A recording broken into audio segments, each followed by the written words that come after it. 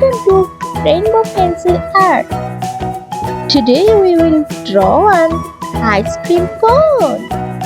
For this, I first draw the outline of the cone. Then I drew ice cream in 3 steps. Now, you need to draw a line like this on the ice cream cone. Who likes to eat ice cream? If you like this video, I will understand.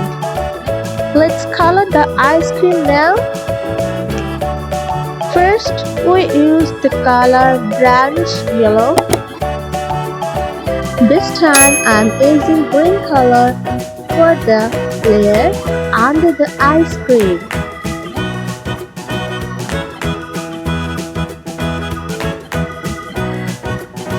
I am using pink color for the next layer.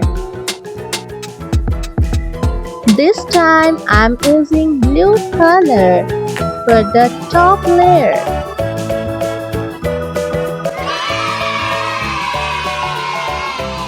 Our ice cream drawing is complete. Thanks for watching.